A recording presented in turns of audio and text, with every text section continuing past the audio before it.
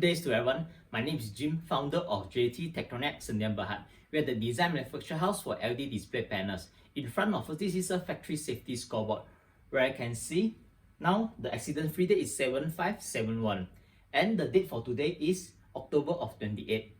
Let's start our tutorial today.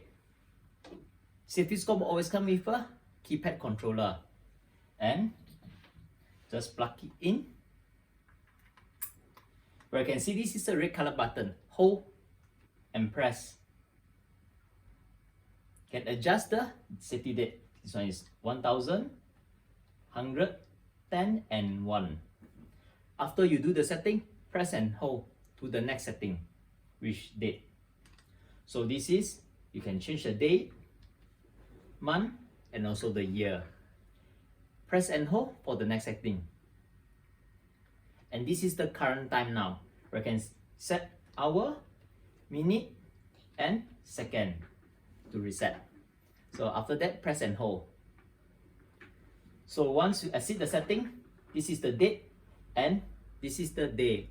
To reset the accident-free date, press and hold for the yellow color button. Press and hold reset.